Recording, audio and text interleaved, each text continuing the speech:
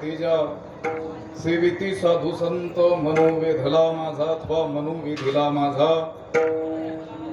लोपले ज्ञान जगी हित नेणती कोणी अवतार पांडुरंग नाव ठेविले ज्ञानी आरती ज्ञानराजा प्रगट गुह्य बोले विश्व ब्रह्माची केले रामा जनार्दनी पायी टकची ठेले आरती ज्ञानराजा आरती ज्ञानराजा महाकैवल्य तेजा सेविती साधू संत मनोवेधला माझा विठ्ठला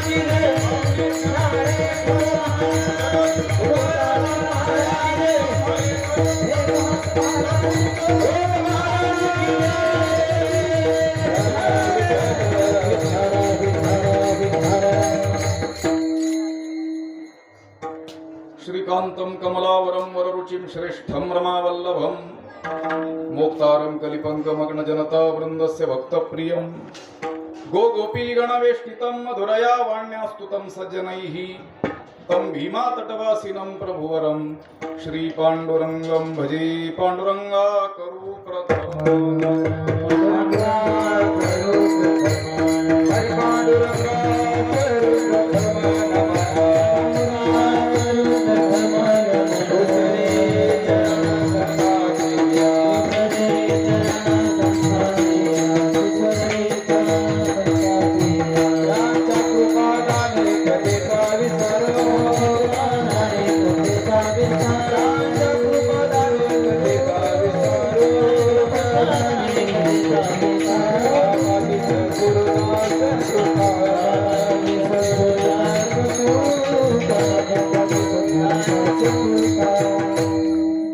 नमामि सद्गुरुं शान्तं सच्चिदानंद विग्रहं पूर्ण ब्रह्मपरानंदं ईशमाळंदी वल्लभं ओम नमो ज्ञानेश्वरा करुणाकर दयाळा तुमचा अनुग्रह लाधलो पावन झालो चराचरी नमो सद्गुरु तुकया ज्ञानदीपा नमो सद्गुरु सच्चिदानंद रूपा नमो सद्गुरु भक्त कल्याण मूर्ती नमो सद्गुरु भास्करा पूर्ण कीर्ती अखंड मंडलाकारं व्याप्तमेन चराचरं तत्पदं दर्शितमेन तस्मै श्री गुरवे नमः जयांचे किले स्मरण होय सकळ विद्यांचे अधिकरण तेची वंदो श्री चरण श्री गुरूंचे ते नमस्कारोनी आता आरती ज्ञानराजा महाकैवल्य तेजा सेविती साधू संत मनोवेधला माझा प्राप्तस्थळी कीर्तन रूपी सेवेसाठी उपस्थित केलेला हा अभंग आरती या प्रकरणातील असून संत श्रेष्ठ ज्ञानराज माऊलींची अतिप्रसिद्ध असलेली जी आरती आहे की ज्या आरतीची रचना जनार्दन स्वामीजींचे शिष्य असलेले रामा जनार्दन महाराज यांनी केलेली आहे आणि या ज्ञानोबारायांच्या आरतीमधून रामा जनार्दन महाराजांनी ज्ञानोबारायांचं समग्र चरित्र सूत्रमय भाषेत सांगण्याचा प्रयत्न केलेला आहे विठ्ठल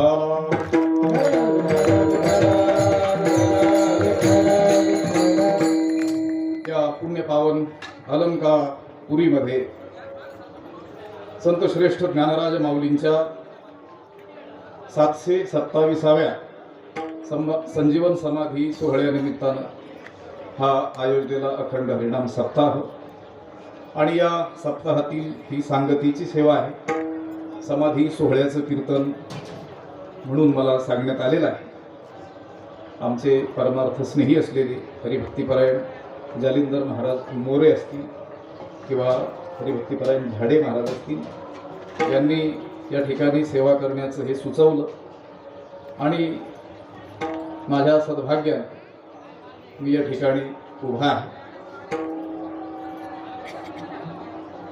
खूप मोठी मोठी माणसं या ठिकाणी आहेत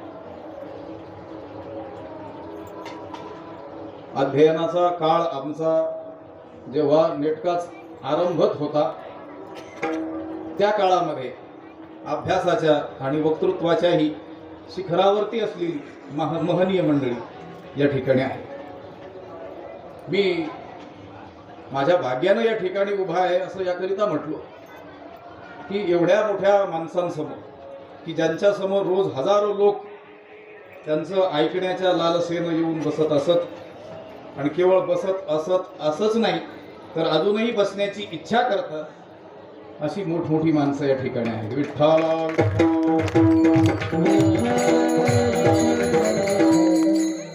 बाबांना आवडणार नाही मी स्तुती परत बोललेलं, मलाही ते बोलता येत नाही, पण बोलल्याशिवाय राहवत नाही, नाईलाज आहे. कारण या आरतीतील एक पद घेऊनच बोलावं लागेल. मनोवेधला माझा विठ्ठला.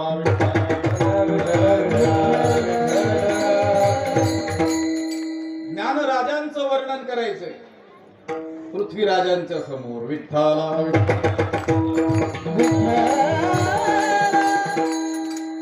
ज्ञानोबरायांनी ज्ञानेश्वरीमध्ये अर्जुनाला भगवंत ज्या अनेक नावाने संबोधतो असे दाखले दिलेले आहेत. एका ठिकाणी तेथ प्रज्ञा पृथ्वीचा रावो, प्रज्ञा रूपी पृथ्वीचा राजा असं कोणाला संबोधलेलं आहे? अर्जुनाला संबोधलेलं आहे. अर्जुन प्रज्ञाकांत आहे, महाबुद्धिवान आहे, त्यालाच संबोधलेलं आहे. तेथ प्रज्ञा पृथ्वीचा रावो. प्रज्ञा म्हणजे बुद्धी, त्या बुद्धिरूपी पृथ्वीचा एक छत्री सम्राट आहे. कोण? अर्जुन. आपण कोण आहोत? त्या प्रज्ञा पृथ्वीमधले. त्या पृथ्वीतील अनेक देश, त्या देशातील अनेक राज्य, त्या राज्यातील अनेक जिल्हे, त्यातील अनेक तालुके, त्यातील एखादं गाव, त्यातील एक ग्रामपंचायत, त्यातील सदस्य देखील आहोत की नाही? विठ्ठला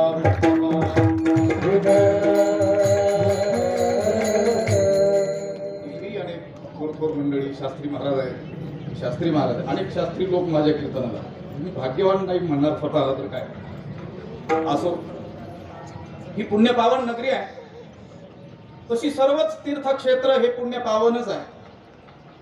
यद्यपि भगवंत कोठे नाही असा प्रश्न आपल्याला विचारला तर काय सांगता येईल?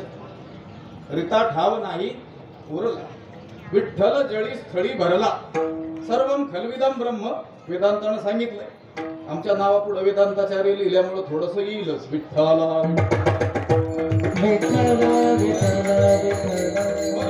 जर सर्वत्र भगवंत परिपूर्ण भरलेला असेल तर विशेष ठिकाणी जाऊनच त्याची अनुभूती करण्याचं काय कारण? विशिष्ट स्थळांनाच का एवढं महत्व दिलेलं आहे? त्याचं उत्तर आपल्याला पतंजलींच्या योगसूत्रावरती जे भाष्य लिहिलेलं आहे व्यासांनी, त्याच्यावरती वाचस्पती मिश्रांची जी टीका आहे त्या टीकेमध्ये सापडते. थोडक्यात सांगून जाईल कारण आपल्याला ज्ञानराजा ह्या पदाचं चिंतन झालं तर खूप होईल. त्यांनी सांगितलं यथा गवाम सर्व शरीरजम पयः. ज्याप्रमाणे गायीच्या सर्व शरीरामध्ये दूध व्याप्त आहे, दूध हे गायीच्या सर्व शरीरामध्ये व्याप्त आहे, पण त्या दुधाची प्राप्ती जर आपल्याला करून घ्यायची असेल तर ती स्तनावाटीच करून घ्यावी लागते. दूध जर गायीच्या सर्व शरीरात आहे तर शिंगावाटे घेता येतं का? शेपटी वाटे, खोरा वाटे, मुखावाटे नाही घेता येत. कुठून घ्यावं लागतं? स्तनातून. त्याचप्रमाणे परमात्मा हा चराचरामध्ये जरी भरलेला असला तरी विकास मापनोती सदिव्य देशकैहि. त्या परमात्म्याची प्राप्ती, त्याची अनुभूती ही विशिष्ट स्थळातच होते. विठ्ठला अशा जगातील अनेक अनंत असलेल्या पुण्यपावन क्षेत्रामध्ये सर्वात पुण्यपावन असलेलं हे क्षेत्र आहे. कारण अन्य जी क्षेत्र म्हणून सांगितलेली आहेत तिथं जाऊन काहीतरी करावं लागतं, मग पुण्याची प्राप्ती होते. पण महापुरुषांकडून असं ऐकण्यात आलेलं आहे की आळंदीला येऊन काही करावं लागत नाही, येण्यानंच पुण्य प्राप्त होतं. विठ्ठला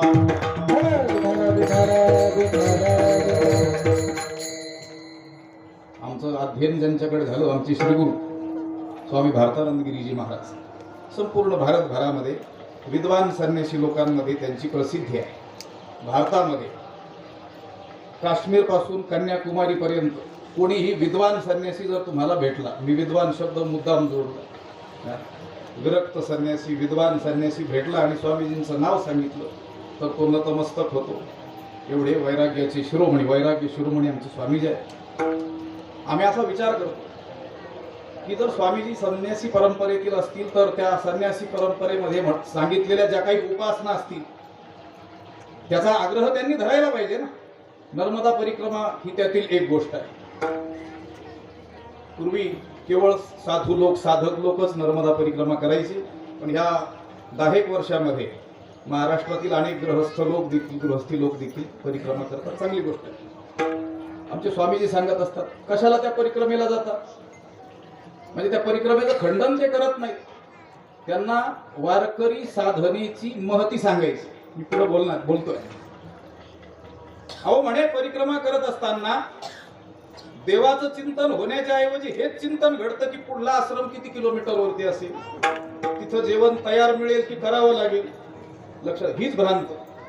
त्यापेक्षा तुम्ही काय करा, आळंदीला जा वारीला, किंवा ज्ञानोबारायांच्या सोहळ्यामध्ये जा, आळंदी ते पंढरपूर. काही करू नका तरी देखील पुण्य होईल. कारण तुमची इच्छा नसली तरी तुमच्या कानावर माऊली माऊली पडल्याशिवाय राहणार नाही. विठ्ठला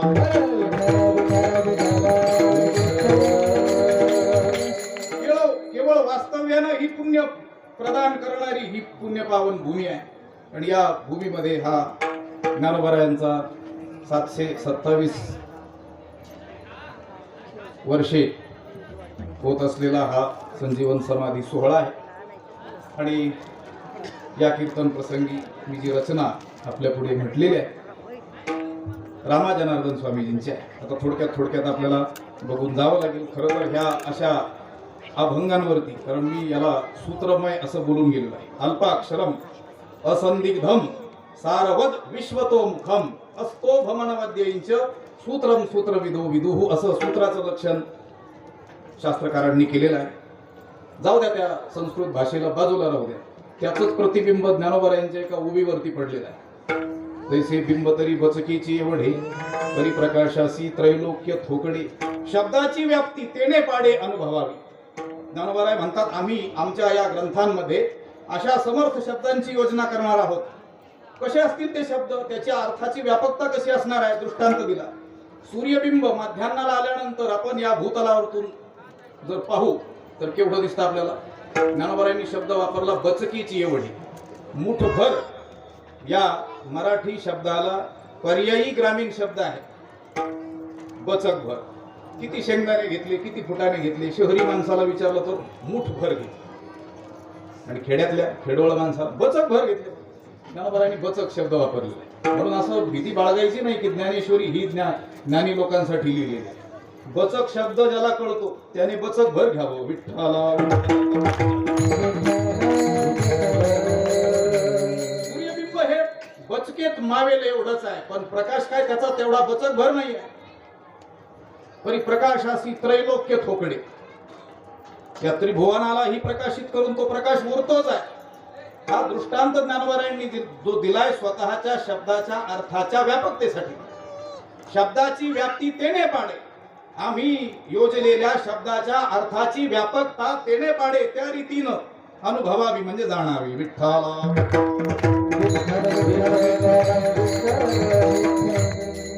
म्हणून रामा जनार्दन महाराजांनी ज्ञानोबारायाचं समग्र चरित्र या आरतीमध्ये सांगितलेलं आहे.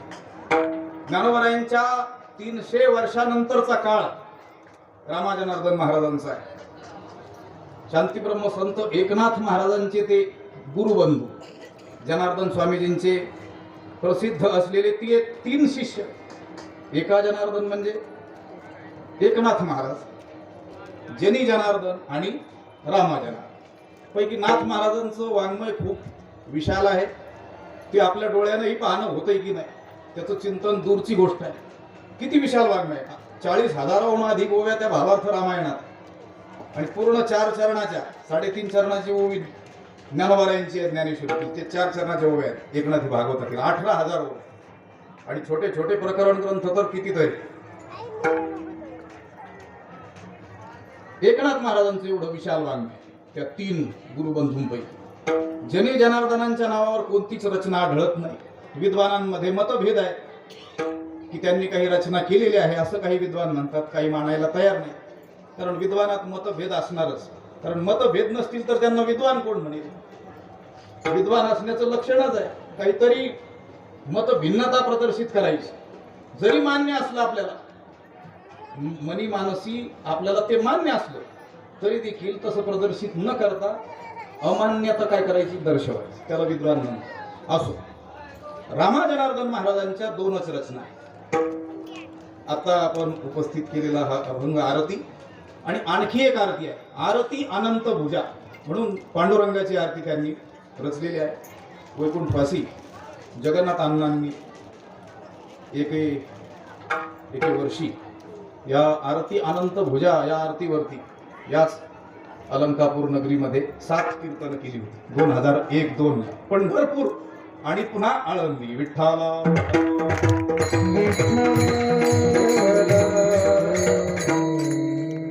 ज्ञानेश्वर महाराजांच्या 300 वर्षानंतरचा काळ आहे. ज्ञानोबारायांची कीर्ती ते या भूतलावरती वावरत होते त्याच काळामध्ये सर्व दूरपर्यंत पसरलेली होती. विश्वातील सर्व योगी ज्ञानी भक्त ज्ञानोबारायांना ओळखत होते, ज्ञानोबारायांना गुरुस्थानी मानत होते. ही त्यांच्या समकाळातील स्थिती आहे. मग समकालामध्ये जर ज्ञानोबाराय एवढे प्रसिद्धीला पावलेले असतील तर त्यानंतरच्या येणाऱ्या पिढ्यांमध्ये ज्ञानोबारायांची कीर्ती परंपरेनं पोहोचलेलीच होती. रामा जनार्दन महाराजांपर्यंत देखील आपल्या गुरु परंपरेकडून ज्ञानोबारायांची कीर्ती आलेली होती. मला असं म्हणायचं की रामा जनार्दन महाराजांच्या अगोदर 300 वर्ष ज्ञानोबारायांच्या काळापर्यंत आणि रामा जनार्दन महाराजांच्या नंतर आत्ता या क्षणापर्यंत ज्या कोणी लोकांनी, विद्वानांनी असेल किंवा साधूंनी असेल, महात्म्यांनी असेल, ज्ञानोबारायांचं चरित्र लिखाण केलेलं असेल, त्या सर्वांनी केलेल्या चरित्र लिखाणापेक्षा देखील अगदी संक्षिप्त भाषेमध्ये ही जी आरती रामा जनार्दनांनी रचलेली आहे त्या सर्व चरित्रांना एका बाजूला ठेवा आणि रामा जनार्दन महाराजांच्या आरतीला एका बाजूला ठेवा. ही आरती सरस भरेल. विठ्ठला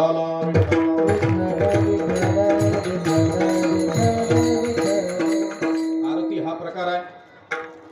अभंगाचे अनेक, आपण काव्याचे जे अनेक प्रकार, त्यातला अभंग प्रकार, अभंगाचे जे अनेक प्रकार आपण पाहतो, आंधळे पांगळे वासुदेव. आरती हा देखील काय आहे? एक प्रकार आहे.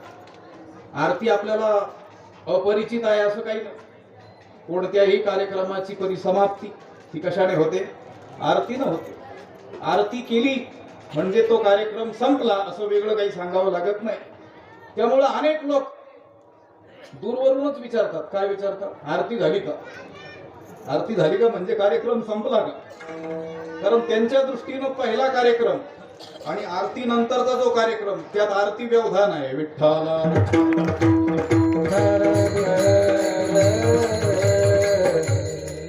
आपल्याला आरती परिचित आहे. आरती शब्दाचा अर्थ, धातुअर्थ जर पाहिला तर तो फार वेगळा आहे. आंग उपसर्ग पूर्वक रमू क्रीडायाम धातूला 3 प्रत्यय जोडल्यानंतर आरती शब्द तयार होतो. त्याचा अर्थ होतो रंगून जाणं, रममान होणं, एक रूप होणं. विठ्ठला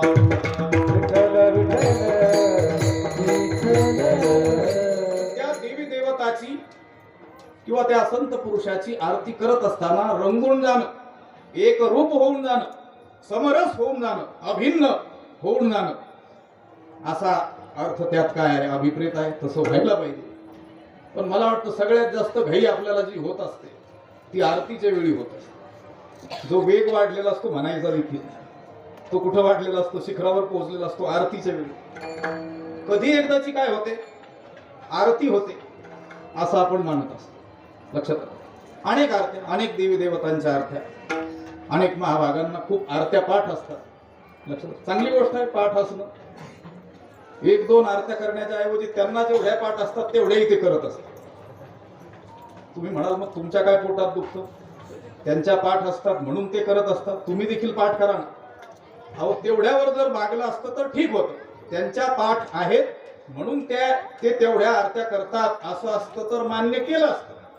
पण केवळ त्यांच्या पाठ आहेत म्हणून ते त्या सगळ्या आरत्या करतात असं नाही. दुसऱ्यांच्या पाठ नसतात म्हणून विठ्ठला विठ्ठल विठ्ठल विठ्ठल असं विनोदाचा भाग आहे. आम्हाला असाच विनोद करता येतो. याच्या पुढे आमची काही मजल जात नाही. नाहीतर वेदांतचार्य याच्याऐवजी विनोदाचार्य लिहिला तर विठ्ठला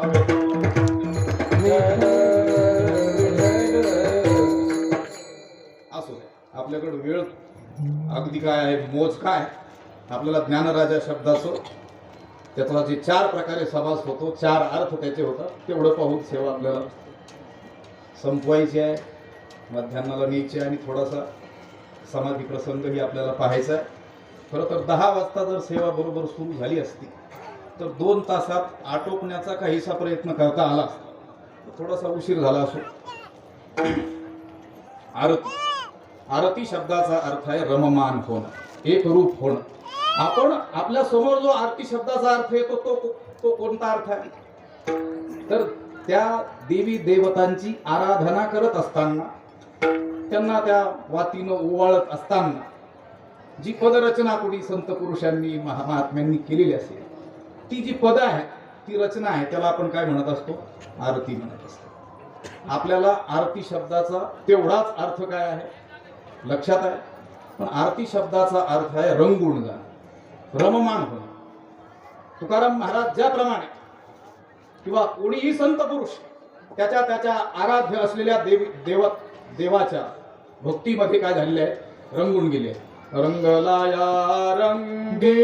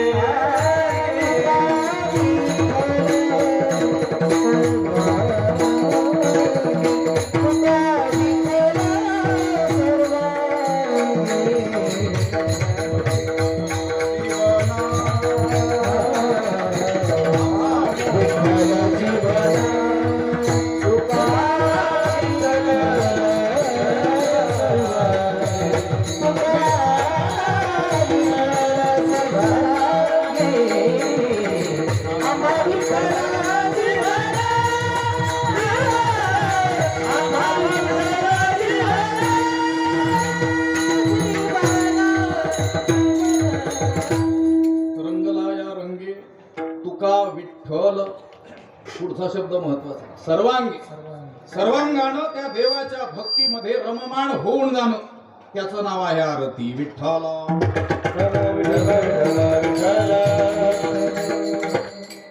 श्री संत रामाजनार्दन महाराज ज्ञानोबारायांच्या भक्तीमध्ये रंगून गेलेले आहे. ज्ञानोबारायांचं चरित्र पूर्व संतांकडून गुरु परंपरेनं त्यांच्यापर्यंत आलेला आहे. ज्ञानोबारायांच्या विषयी उत्कट भाव त्यांच्या अंतकरणामध्ये निर्माण झालेला आहे. ज्ञानोबारायांसमोर ते उभे असावेत आणि ज्ञानोबारायांबद्दल आपणही काहीतरी बोललं पाहिजे. मला तर असं वाटतं, जनार्दन स्वामीजींचे हे जे 3 शिष्य मी आपल्याला सांगितले, एकनाथ महाराज, जनी जनार्दन आणि रामा जनार्दन, त्यातील नाथ महाराजांनीच असं वाटतं या दोन्ही गुरुबंधूंच्या ऐवजी आपणच रचना केली. कारण नाथ महाराजांची रचना सर्व संतांमध्ये अधिक आहे. वारकरी संप्रदायातील सर्व संतांची रचना एका बाजूला आणि केवळ एकनाथ महाराजांची रचना एका बाजूला, असं आपल्याला दिसून येतं. आम्ही गमतीनं म्हणत असतो, त्यांच्या असलेल्या या 2 गुरुबंधूंच्या ऐवजी देखील त्यांनीच काय केलं, लिहिलेलं असावं. रामा जनार्दन महाराजांना देखील कोणतीही रचना करायची नसावी अशी कल्पना करायला काय हरकत. पण ज्ञानोबारायांच्या विषयीचा अंतकरणामध्ये प्रकट झालेला भावच इतका उत्कट होता की तो भाव शब्द रूपानं बाहेर पडला. पहिलं चरण, हो आरती ज्ञान राजा, आरती ज्ञान राजा, आरती ज्ञान राजा, आरती ज्ञान राजा, आरती ज्ञान राजा, आरती ज्ञान राजा.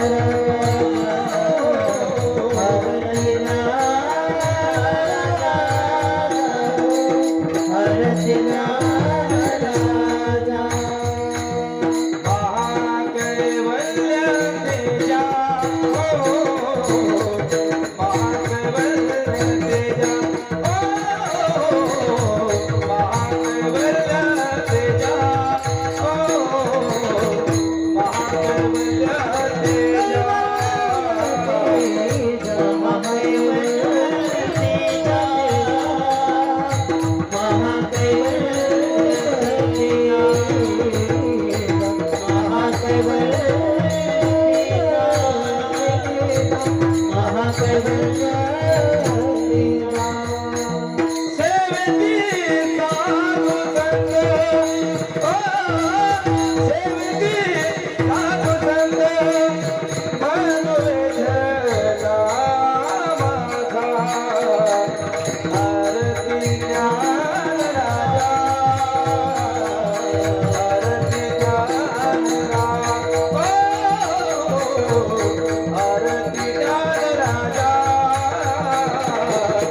महाकैवल्य तेजा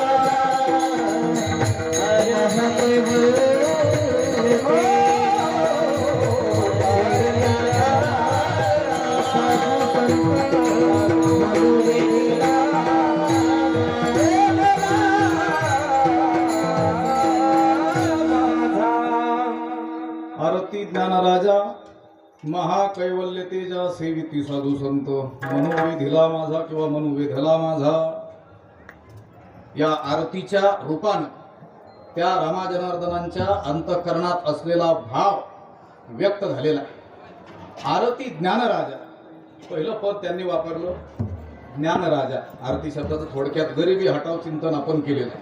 आम्ही या कीर्तनाला गरिबी हटाव योजना असं म्हणतो, कारण समग्र चिंतन एका कीर्तनात कोणताही बुद्धिवान मनुष्य करूच शकणार. बुद्धिवान शब्द मी जाणून बुजून वापरला. अनेकांना एका कीर्तनात 4 अभंगही पुरणार नाहीत, ती गोष्ट वेगळी आहे. असं बोललेलं लक्षात आलं तर बरं, नाहीतर उद्याही काय हरकत नाही. सूत्रमय ते शब्द असल्यामुळं कालच आम्ही एका ठिकाणी बोललो, 25,000 कीर्तनकार या महाराष्ट्र भूमीमध्ये आहेत असं आपण गृहीत धरलं हिशोबासाठी. आणि त्या 25,000 कीर्तनकारांनाही एकच अभंग दिला आणि एकच वेळ दिली, तोच दिवस तीच वेळ. आणि संपूर्ण महाराष्ट्रभर त्यांनी आपल्या आपल्या प्रतिभेनं आपल्या व्यासंगाप्रमाणे चिंतन केली, कीर्तन केली. तरी देखील प्रत्येकानं त्या अभंगाचा काढलेला भाव किंवा तो अर्थ वेगळा असेल. विठ्ठला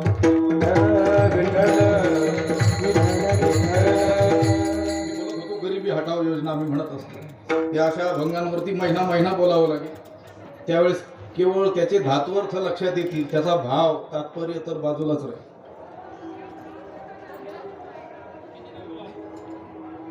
आम्ही म्हणतो गमतीनं ही योजना गरिबी हटाव का असेल असू दे, पण अन्य योजनेप्रमाणे त्यात भ्रष्टाचार नको. विठ्ठला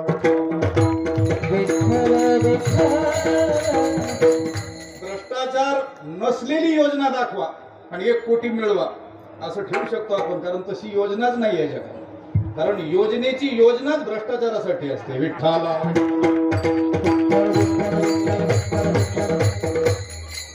ज्यांना लक्षात आलं धन्यवाद, नाही लक्षात आलं तर जेवून जा. असं माझ्या पुढच्या बोलण्याचा विपर्यास कृपा करून करू नका. पुढचं वाक्य बोलेपर्यंत मागच्याचा अर्थ काढू नका. आता एक वाक्य बोलतो आलंय ओघाण, कशाला ते उधार ठेवू. उधारीचा कार्यक्रम आपल्याला जमतच नाही. रोखोक ज्ञानेश्वरी गाथा लक्षात ठेवावं का हे लक्षात ठेवा. कोणाला काय बोलायचं राहील ते जागेवरच बोलून जायचं, आपला हिशोब चुकतात. आम्ही म्हणत असतो हे असे गहन अर्थ असलेले अभंग, आणि त्याच्यात जर कीर्तनकार गायक असेल तर पुढचं वाक्य बोलायचंय बरं का, अजून अर्थ काढू नका. तुम्ही म्हणणार तुम्हाला गायन येत नाही म्हणून तुम्ही का आकस त्या लोकांबद्दल नाही, आम्हाला आदरच आहे. पुढचं वाक्य बोलायचंय, फक्त एक अक्षर जोडायचं. गायक असेल तर उत्तमच. लावणी मृदंग श्रुती टाळ घोष शिव ब्रह्मरस आवडीने ही सर्व मंडळी आहेत. आमचे पूजनीय दादा महाराज आहेत, सुरज्ञ असलेले लोक. स्वतः ब्रह्मरसाचं पान करण्याबरोबर दुसऱ्यालाही ब्रह्मरसाचा आनंद देऊ शकतात. कोण? चांगला स्वर असलेली मंडळी. लक्षात घ्या, कीर्तनकार गायक असेल तर असं मी बोलू, काही हरकत नाही. पण गायकच असेल तर विठ्ठला आता अर्थ करायला हरकत नाही. दोन्ही वाक्याचा एक अन्वय असं माझ्या अंगलट येणार नाही. असो, आरती ज्ञानराजा महाकैवल्य तेजा सेविती साधू संत मनोवेधला माझा. ज्ञानराजा हे पद रामाजनार्दनांनी वापरलेलं आहे. त्या ज्ञानराजा पदाचे 4 अर्थ होतात. जेवढे लक्षात ठेवता येण्यासारखे तेवढे ठेवा. तुम्ही म्हणणार मग आमच्या लक्षात राहत नसतील तर एवढे सांगतात का? मी विसरू नये म्हणून सांगत असतो. लक्षात आलं? षष्टी तत्पुरुष प्रसिद्ध असलेला समास. ज्ञानस्य राजा, ज्ञानराजा. ज्ञानाचा जो राजा आहे त्याला म्हणायचं ज्ञानराजा. हा एक ज्ञानियांचा राजा गुरु महाराज. ज्ञानियांचा राजा गुरु महाराज. ज्ञानियांचा राजा गुरु महाराज. ज्ञानियांचा राजा गुरु महाराज. मनती ज्ञान देव,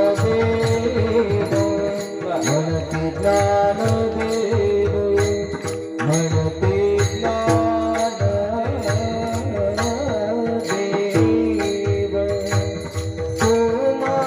तुमाईसे ज्ञानाचा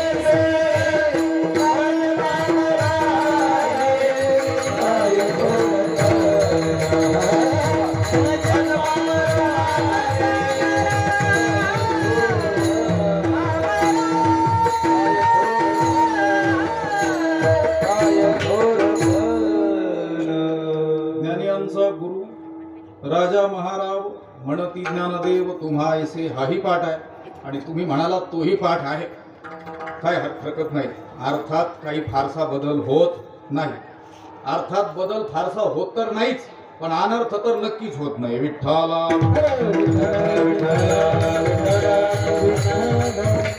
ज्ञानस्य राजा. ज्ञानाचा जो राजा म्हणजे ज्ञान ही ज्याची प्रजा आहे, जो ज्ञानाचा मालक आहे, ज्ञानाचा स्वामी आहे, ज्ञान ज्याचं दास्यत्व करत आहे तो ज्ञानराजा आहे. मोक्षा महाघरी कामारी हे दासी. मोक्षा महाघरी कामारी हे दासी. मोक्षा महाघरी कामारी हे दासी. मोक्षा महाघरी कामारी हे दासी. होय सांगोयसी तुका म्हणे. होय सांगोयसी तुका म्हणे. होय सांगोयसी तुका म्हणे. मोक्ष कैवल्य तुकोबाराय म्हणतात आमच्या घरी काम करणारी कोण आहे? दासी आहे. दासी. आम्ही सांगू ती कामं निमूटपणे त्या मोक्षाला करावी लागतात. तो म्हणे तेथ राहे महाबोधू. विठ्ठला तो जयाकडे वास पाहे तेवती सुखाची सृष्टी होय. तो म्हणे तेथ राहे महाबोधू. तो महाबोध, तो ते कैवल्य, तो मोक्ष, ती मुक्ती अवस्था. सोडी बांधी करी ते अधिकारी आहे तो कैवल्य, त्यांचा दास. ज्या कैवल्याच्या प्राप्तीसाठी तुम्हा आम्हा सारख्यांना जन्मोजन्मी साधना करावी लागते, तरी देखील भगवंत म्हणतो त्याप्रमाणे मोक्ष दुराराध्य कीर होय. प्राप्त होण्यास अत्यंत कठीण, पण असा तो मोक्ष ज्यांचं दास्यत्व करतो आहे असे ज्ञानराज आहेत. विठ्ठला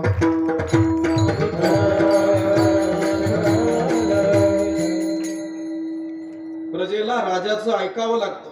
यथा राजा, किंवा आपण जे म्हणी म्हणून म्हणत असतो, राजा बोले गल हरे. राजाने आज्ञा केली आणि तिचं उल्लंघन कोणी केलं असं सामर्थ्य आहे कोणामध्ये, तो दंडास पात्र होतो.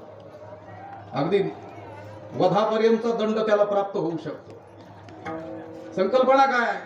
आता मोठा श्लोक आहे साहित्यामध्ये, असे विपुल प्रमाणात श्लोक आहेत. एक टोक सांगतो, गरिबी हटाव योजना राबवली. हा. राज्यम किम आज्ञा फलम विठ्ठला.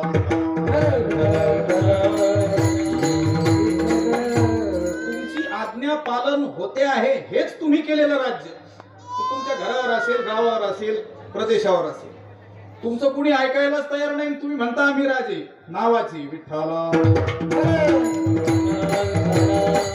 ज्ञानोबाराय राजे आहेत, ज्ञानाचे राजे. त्या ज्ञानाला ज्ञानोबारायांनी आज्ञा द्यावी आणि त्या ज्ञानानं, त्या कैवल्यानं, त्या मोक्षानं निमूटपणे काय करावी? ती आज्ञा पालन करावी. त्या ज्ञानाला असं म्हणण्याचा अधिकार नाही की ज्ञानोबाराय तुम्ही जरा चांगल्या माणसाकडे जायचं, मला सांगायचं. सत्प्रवृत्त कुणी आहे, सद्गृहस्थ आहे, त्याच्या ठिकाणी स्थापित हो अशी तुम्ही मला आज्ञा दिली तर मी मान्य करील, काही हरकत नाही. ठीक आहे, दोषवान का असेना, पण माणूस तर पाहायचा. पशुच्या ठिकाणी जाण्याची मला तुम्ही आज्ञा देता. रेड्या मुखी वेद बोलविला, गर्भ तुझ्याचा हरविला. रेड्या मुखी वेद बोलविला, गर्भ तुझ्याचा हरविला.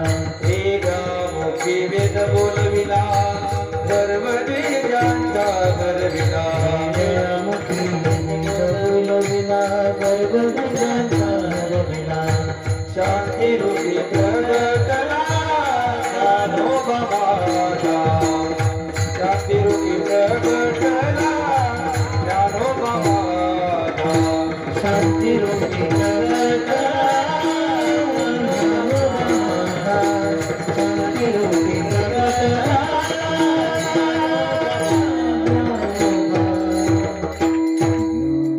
ज्ञानोबाराय हे ज्ञानाचे राजे असल्यामुळं त्या ज्ञानराजांचा दास असलेला तो मोक्ष, ते ज्ञान, त्याला आज्ञा दिली त्यांनी. कुणाच्या ठिकाणी स्थापित होण्याची? रेड्याच्या ठिकाणी. रेडे म्हणजे रेडे आडनावाचे लोक नाही. म्हैसी पुत्रामुखे बोलवणे श्रुती. म्हशीचा पुत्र, सगळ्यात निर्बुद्ध म्हणून समजला जाणार, सगळ्या निर्बुद्धांचा अध्यक्ष, आणि तो वेद बोलला. उच्चारण्यास कठीण असलेला ऋग्वेद अतिशय स्पष्ट रीतीने तो बोललेला आहे. पैठण क्षेत्री घटना घडली आणि इतकं शुद्ध उच्चारण त्यानं केलं असे गमतीनं सांगतात वैकुंठवासी गुरुवर्य वक्ते बाबा सांगायचे की त्या प्रतिष्ठान नगरीतील, त्या पैठण मधील सर्व ब्राह्मण मंडळी, वेदपाठी ब्राह्मण, तो रेडा वेद बोलायला लागल्याबरोबर आपल्या आपल्या घरी पळाली. कशाला? पोथी घेऊन यायला, की आपल्या पोथीत असलेले मंत्र कुठेतरी चुकलेले आहेत, ह्रस्व दीर्घ काहीतरी झालंय की काय, उदात्त अनुदात्त स्वरित इत्यादी. आणि त्याचं ऐकून त्यांनी काय केले? दुरुस्त केले ते मंत्र. कोण बोलला शुद्ध मंत्र? रेडा. अहो, बुद्धिमानातील बुद्धिमान मनुष्य देखील उच्चारणामध्ये अनंत चुका करू शकतो, होतात चुका. प्राचीन शिक्षा ग्रंथांनी असं सांगितलेलं आहे, एखादा मंत्र, ऋचा, श्लोक, काही पद कंठस्थ करायचं असेल तर किती वेळेस घोकायचं, त्याचे निर्देश आलेले आहेत प्राचीन शिक्षा ग्रंथांमध्ये. पाणिनीय शिक्षा इत्यादी अनेक ग्रंथ आहेत. ऊर्ध्वम सहस्रादाम्नानं, 1000हूनही अधिक वेळेस आपल्याला ऐकू येईल एवढ्या स्वरामध्ये, एवढ्या आवाजात वाचायचं, तेव्हा ते पाठ होतं. लोक म्हटले आमच्या हरिपाठच पाठ होत नाही, अभंगच पाठ होत नाही. म्हटलं किती वेळेस वाचलं? 2-4 वेळेस. आपल्या नानाला पाठ होईल का? विठ्ठला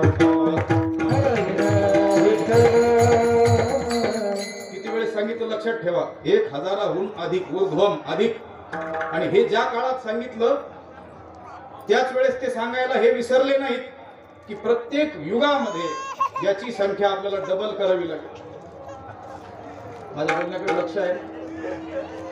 आज जर एखादा मंत्र असा कंठस्थ करायचा असेल की मरेपर्यंत तो विसरला नाही पाहिजे, तर किती वेळेस घोकावं लागेल? 4000 वेळेस. विठ्ठला.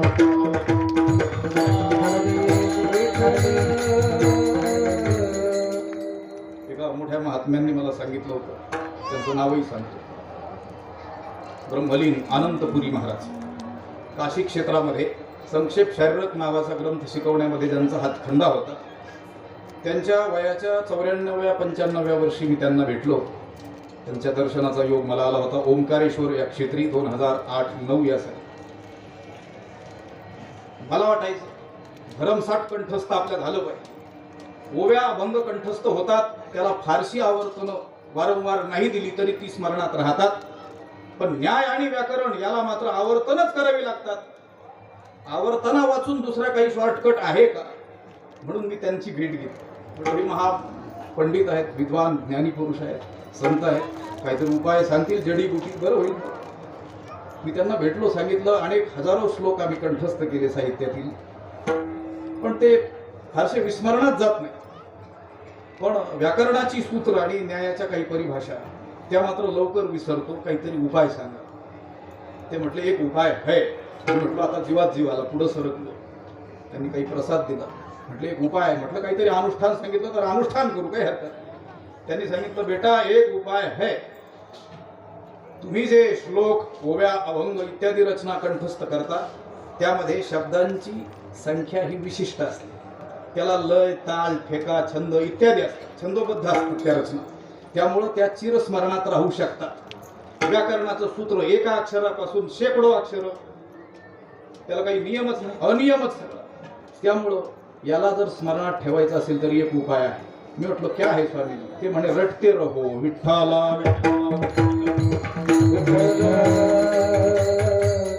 बुद्धिवानातील बुद्धिवान मनुष्य सुद्धा वारंवार आवर्तन करून सुद्धा ज्या उच्चारणामध्ये चूक करू शकतो त्या ऋग्वेदाचं, उच्चारण्यास कठीण असलेल्या ऋग्वेदाचं स्पष्ट उच्चारण महापंडितांसमोर त्या रेड्यानं केलं. का केलं? कारण तो ज्ञानी झाला. कुणाच्या आज्ञेनं? ज्ञानवरायांचा. ज्ञानस्य राजा, ज्ञानाचा राजा, म्हणून त्याला काय म्हणायचं? ज्ञानराजा. ज्ञान हे त्यांचा दास आहे. एक आठवली गोष्ट, एक चरण तुकोबारायांचं सांगून जातो. देवाला देखील भांडलेले आहेत तुकोबारा. हे देवा, तुझ्या ठिकाणी जे देवपण आहे आणि त्याचा मोठा शहाणपणा तू मिरवतो आहेस ना, लक्षात ठेव. आमुचिया भावे, आमुचिया भावे तुझं देवपण, आमुचिया भावे तुझं देवपण, हे नावी सरून राहिलासे, राहिलासे,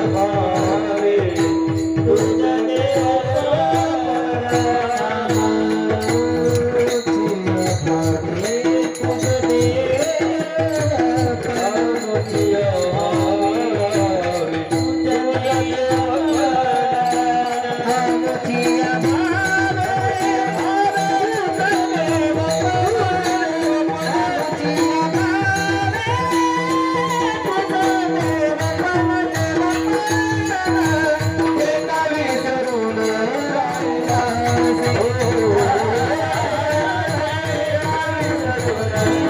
राहिलासे.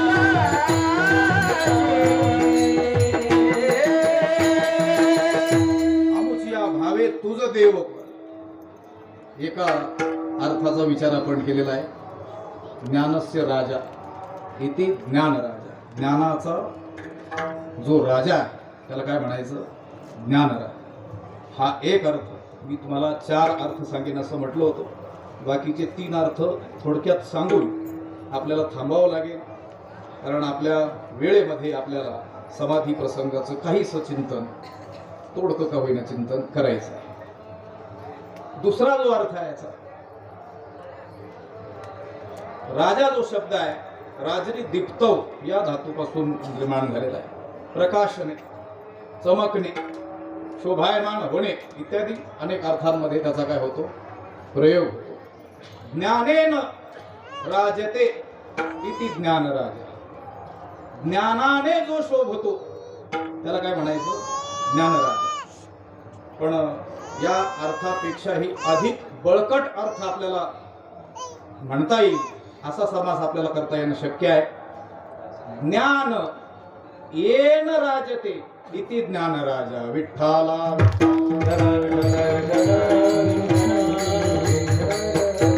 ज्ञानेन राजते म्हणजे ज्ञानामुळं शोभतो तो ज्ञानराजा. पण माऊलींच्या बाबतीमध्ये हा अर्थ करायचं धाडस आपल्याला होत नाही. याच्या उलट अर्थ करणारा जो समास आहे तो आपल्याला पाहावा लागेल. ज्ञानम, ते जे ज्ञान आहे, येन ज्याच्यामुळे शोभ, त्या ज्ञानाला ही शोभा ज्याच्यामुळे आहे असे ज्ञानराजे माऊली विठ्ठला.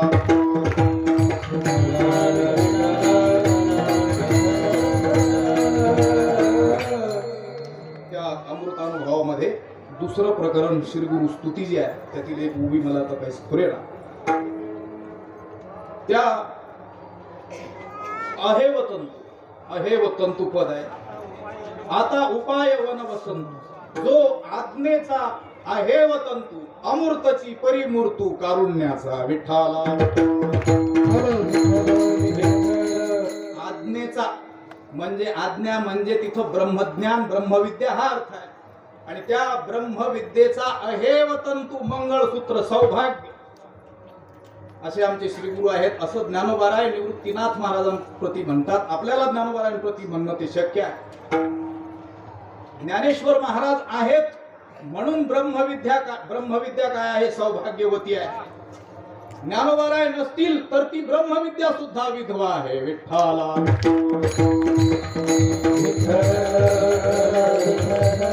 ज्ञानम येन राजते, ज्ञान ज्याच्यामुळे शोभायमान होत आहे त्या ज्ञानाला देखील कोणी विचारलं नसतं जर ज्ञानोबाराय नसते तर.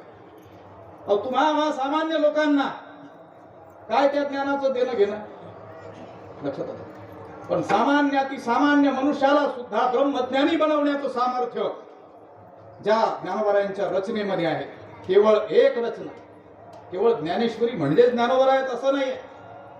असं पूजनीय गुरुवारी साखरे महाराजांनी सांगितलं होतं की ज्ञानोबाराय असे मार्गस्थ झाले, मार्गाने चालले आणि चालत असताना त्यांच्या पायाला जे धुलीकण चिकटले होते आणि चालत असताना ते धुलीकण जे उडाले त्या अनंत धुलीकणातील एक धुलीकण म्हणजे ज्ञानेश्वरी आहे विठ्ठला.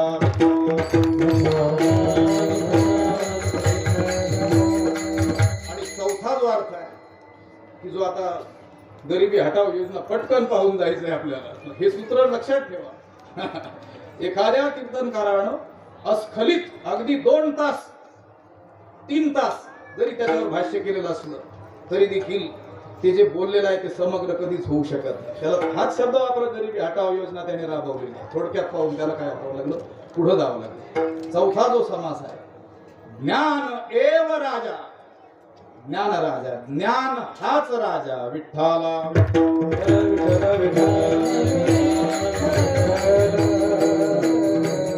म्हणून मी मगाशी बोललो होतो की रामा जनार्दनांच्या अगोदर आणि उत्तर काळातील समग्र चरित्रकारांनी जेवढी चरित्र ज्ञानोबारायांची लिहिलेली असतील त्या सर्व चरित्रांहूनही सरस चरित्र या आरतीतच रामा जनार्दनांनी आणलेलं आहे. सूत्रमय भाषेत आणलेलं आहे. आरती ज्ञानराजा हे त्यांचं करणं कसं आहे, त्या हिंदीमध्ये म्हण आहे गागर में सागर. सागर म्हणजे समुद्र, विशाल परिमाण त्याचं सांगताच येणं शक्य नाही. किती जलाचा साठा आहे. घागर ती सांगता येईल 15 लिटर 20 लिटरची काय असेल घागर असेल. एखाद्याने आपल्या सामर्थ्यानं त्या घागरीमध्ये काय आणावा, पूर्ण समुद्र आणावा. त्याप्रमाणे रामा जनार्दन महाराजांनी ज्ञानोबारायांचं हे आकाशाहूनही विशाल असलेलं जे चरित्र आहे या आरतीत आणण्याचा प्रयत्न केला विठ्ठला.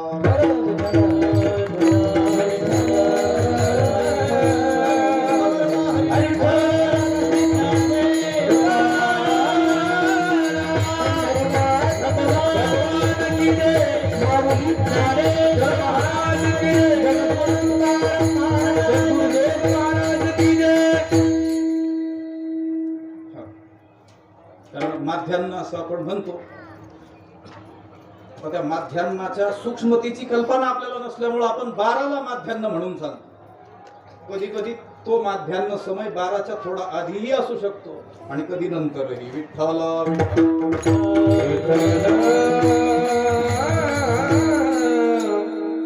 आरती ज्ञानराजा महाकैवल्य तेजा. कैवल्य महाकैवल्य आणि त्या महाकैवल्याचं तेज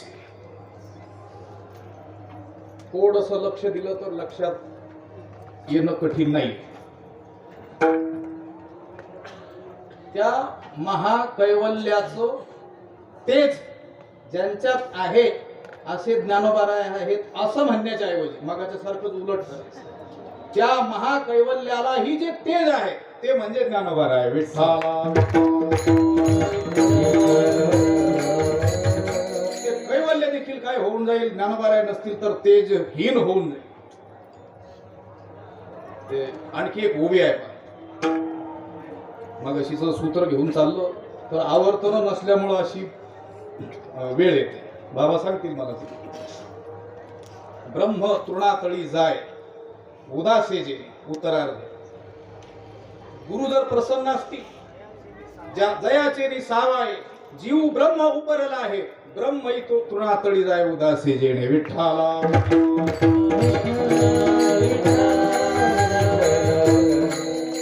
मग अशी प्रज्ञा पृथ्वीचा राव जो म्हटलो तो काही फोकट म्हटलो नाही. विठ्ठला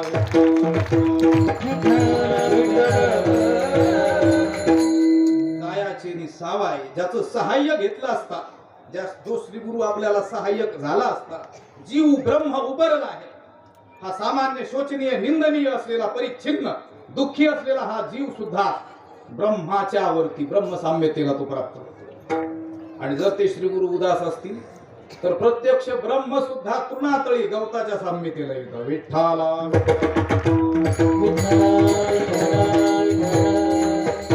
या महाकैवल्य तेजा या पदाचं खरं स्पष्टीकरण लक्षात आपल्या यायचं असेल तर ज्ञानोबारायांच्या 6 ओव्या आपल्याला पाहाव्या लागतील.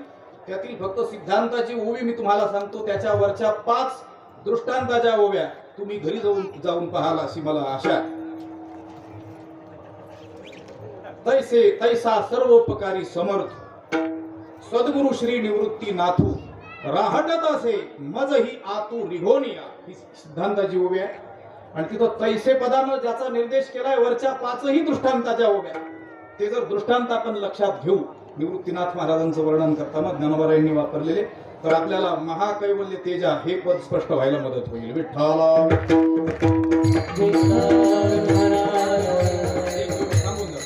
आणि पृथ्वी जयाची या क्षमा नुबगे स्थावर जंगमा जयाचेनी अमृते चंद्रमा निवबीज.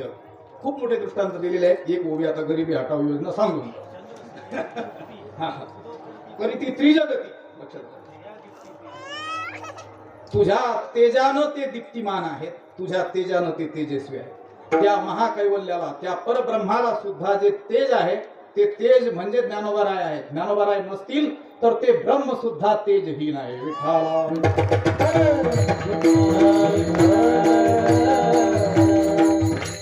त्या ब्रह्माला विचारते कोण? ज्ञानोबाराय सारखे महापुरुष संत, आईच्या हृदयाचे संत माऊली नसतील तर तुम्हा आम्हाला काय ठाऊक आहे ब्रह्म कशाशी खातात, लक्षात आलं. पण आपल्यासारख्या अतिशय सामान्य अति सामान्य माणसांना सुद्धा या अशा स्थानापर्यंत स्थितीपर्यंत ज्यांच्या लेश मात्र कृपा कटाक्षानं पोहोचता आलेला आहे. मला बोलणं जरा अशक्य होईल. आपण अंतरंगात डोकावून पाहिलं तर काय आपली योग्यता आहे किंवा आपली काय परंपरा आहे की आपले वाडवडील असे वेद उपनिषदाचं अध्ययन करणारे कोणी लागून गेले. आपल्या वाडवडिलांचं सोडून द्या, आपल्याच आयुष्यातील पूर्वखंड पूर्वभाग जर पाहिला तर दुरान्वयानही या वेद वाङ्मयाशी संबंध नसलेली आपण माणसं आहोत. पण अनेक पिढ्यांपासून ज्ञानदानाचंही काम करणारी जी लोक आहेत त्यांच्या साम्यतेला नेऊन घालण्याचं काम ज्ञानोबारायांनी केलं. विठ्ठला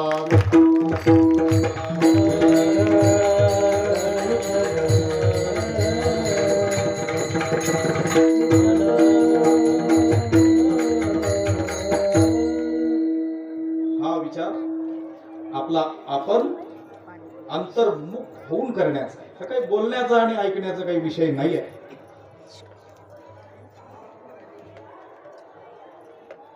विठ्ठल विठ्ठल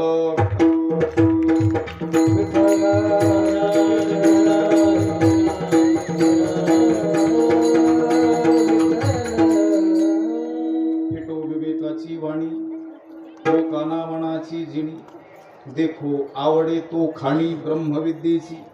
ज्ञानोबरायांनी हे आपलं ग्रंथ कर्तृत्व हा ग्रंथ आम्ही निर्माण केला कशासाठी त्याचं उत्तर 13व्या अध्यायाचा उपसंहार करत असताना शेवटी दिले. फिटो विवेकाची वाणी. या जगामध्ये वाणी म्हणजे तुटवडा, दुष्काळ, कमतरता, उणीव एकाच गोष्टीचे.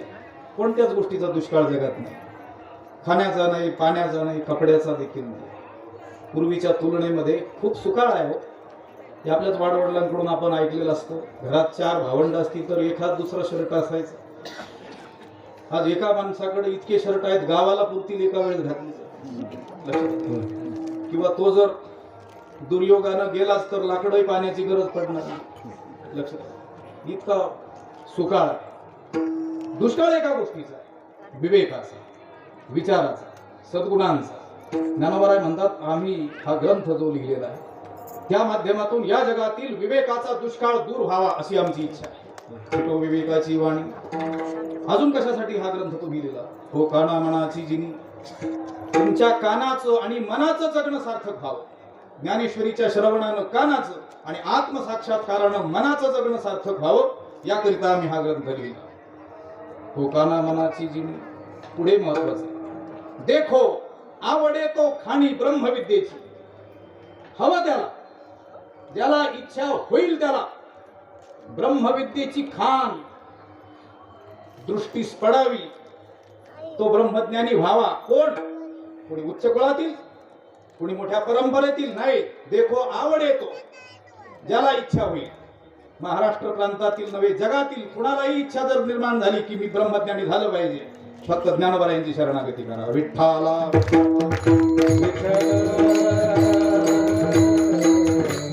महाकैवल्य तेजा सेविती साधू संत. आणि हे असे ज्ञानोबराय असल्यामुळं, ज्ञानराज असल्यामुळं, महाकैवल्याचं तेज ते असल्यामुळं त्यांची सेवा करतात. कोण सेवा करतात? सेविती साधू संत. हा विशेष सांगितला. मोठे पण आहे इथं. असं काही पद नाही घातले रामाजनार्दनांनी. सेविती राजे रजवाडे. ज्ञानोबरायांची सेवा मोठमोठे राजे करतात म्हणून ज्ञानोबराय मोठे असं नाही लिहिलं. ते आपल्या वाट्याला. लक्षात. या सगळ्या गोष्टी आपल्या वाट्याला. हे मोठे कीर्तनकार का? यांच्या कीर्तनाला मोठे नेते येतात, मोठे उद्योगपती येतात, उद्योगी लोक, मोठे शेठ सावकार येतात म्हणून मोठे नाही. अहो तुमच्या कीर्तनाला वारकरी लोक किती येतात, निष्ठावान लोक किती येतात, नामनिष्ठ लोक किती येतात, सज्जन लोक किती येतात यावर तुम्ही तर असलं पाहिजे. विठ्ठला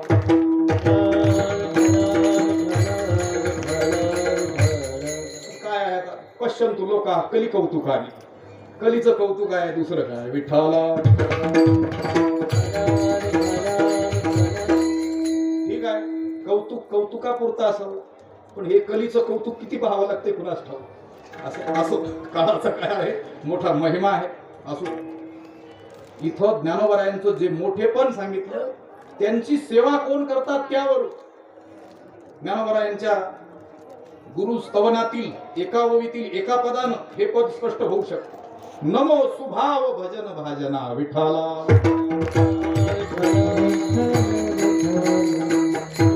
कसे आहे?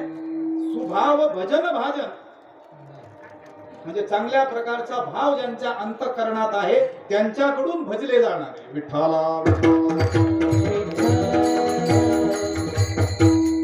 सेविती साधू संत. साधू संत की जे साधू संत प्रसंगी देवासमोरही न झुकणारे. तुका म्हणे जीव भाव देवापायी ठेवून या काही न मागती. इतका बाणेदार स्वभाव ज्यांचा आहे, प्रसंगी देवाशी भांडण होण्याची वेळ जरी आली तरी देखील देवानं दिलेली आज्ञा पण चुकीची वाटते म्हणून न पाळणारे तुकोबरायादी संत पुरुष. करी सीते देवा करी माझे सुखे परिमी त्यासी मुखे न म्हणे संत. अहो ज्याच्यामध्ये संतांची अंतर्बाह्य कोणती चिन्ह उमटलेली नाहीत. हे देवा तू जरी सांगत असला मला की ह्या माणसाला तू संत म्हण, म्हण याला हरिभक्त परायण माळ नसली तरी तुकोबाराय म्हणतात नाही मी म्हणणार. तू माझं काय करायचं ते करून घे. आता भांडणात हा शब्द आपल्या परिचित आहे, करीशी ते देवा करी माझे. आपण एकमेकांना वापरत असतो हा शब्द. तुला काय करायचं ते करून घे. देवाला म्हणतो. देवासमोरही न झुकणारे साधू संत ज्ञानोबारायांची मात्र सेवा करतात. काल मी बोललो होतो बाबा एक वाक्य, महाराष्ट्र प्रांतामध्ये ज्ञानोबारायांची सेवा करणारा, विठ्ठलाची भक्ती करणारा त्यालाच वारकरी म्हणण्यात येतं. या दोन वेगळ्या गोष्टी आहेत. आता आपल्याकडे स्पष्टीकरण करायला तेवढासा अवकाश नाही. विठ्ठल भक्ती करणारे अनेक महाभाग ज्ञानोबारायांशी काहीही संबंध नसलेले आपल्याला आढळून येतील. पांडुरंगाला दर्शनाला जेवढे लोक जातात ते काही ज्ञानोबारायांचे भक्तच असतात असं काही नाही. आणि ज्ञानोबारायांशी कोणत्या तरी निमित्तानं, विद्यापीठी अभ्यासाच्या निमित्तानं का होईना संबंधित असलेले विठ्ठलाचे भक्तच असतील असंही सांगता येत नाही. विठ्ठला म्हणून संत म्हणून गुरु म्हणून जर शरणागती करायची असेल तर या दोन महत्वाच्या गोष्टी लक्षात ठेवा. विठ्ठल भक्ती ज्याच्या जीवनात आहे आणि ज्ञानोबारायांची शरणागती ज्याच्या जीवनात आहे त्याच्याच पायावर मस्तक ठेवा. विठ्ठला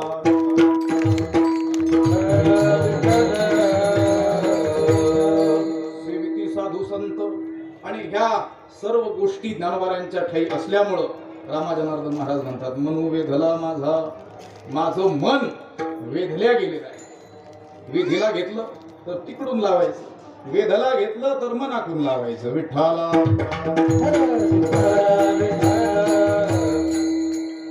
उगीच काही चमत्कार म्हणून मी ज्ञानोबारायांना शरण गेलेलो नाही. ज्ञानोबारायांच्या ठाई या सर्व गोष्टी आहेत म्हणून माझं मन ज्ञानोबारायांकडे काय झालेलं आहे, आकर्षित झालेला आहे असं रामाजनार्दन महाराज म्हणतात. आरती ज्ञानराजा महाकैवल्य तेजा सेविती साधू संत म्हणून वेधला माझा या आरतीतील ध्रुवपदाचं काहीसं चिंतन आपल्या मर्यादित वेळेमध्ये आपण करण्याचा प्रयत्न केलेला आहे. कधी प्रसंग येईल त्यावेळेस राहिलेल्या पदांचं आणि या ध्रुवपद ज्याचं चिंतन केलं त्याचं राहिलेलं चिंतन करायचा प्रयत्न करू. विठोबा